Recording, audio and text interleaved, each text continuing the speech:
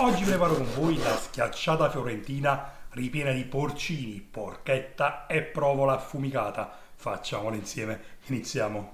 E allora, per prima cosa in un contenitore mettiamo la farina zero,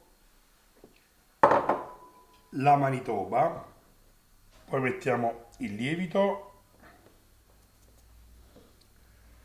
l'acqua ed iniziamo a mescolare aiutandoci con un cucchiaio.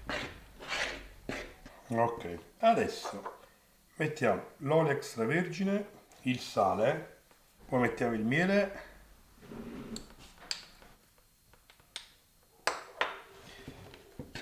mescoliamo col cucchiaio per qualche altro istante e poi continuiamo ad impassare con le mani.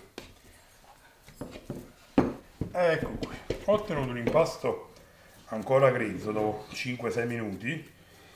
Formiamo una palla, ungiamo il contenitore,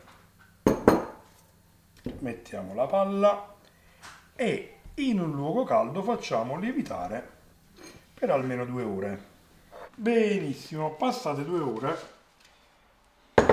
mettiamo l'impasto su un piano, lo allarghiamo un po' e poi facciamo 1, 2, 3 e 4. Ora rimettiamo nel contenitore e lasciamo lievitare sempre in luogo caldo per un'altra ora. Guardate qua, dopo appena un'ora, ora versiamo in una teglia bella unta, la stendiamo senza necessariamente coprire completamente la teglia, poi mettiamo l'olio abbondante e qualche fiocchetto di sale o del sale grosso. Ecco qua, una volta messo tutto, facciamo cuocere per 15 minuti in forno già bello caldo a 250 gradi in modalità statica.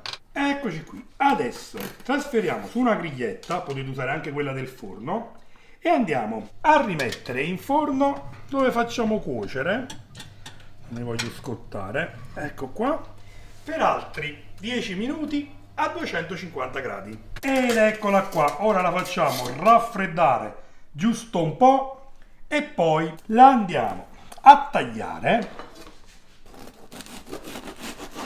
io direi in 4 va più che bene, guardate qua, e poi la apriamo, qualcuno direbbe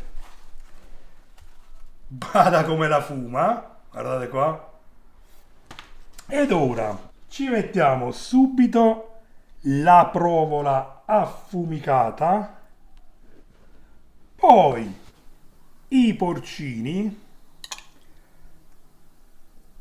e per finire la nostra porchettona.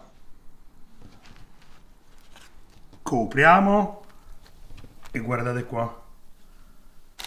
E allora vediamo un po'.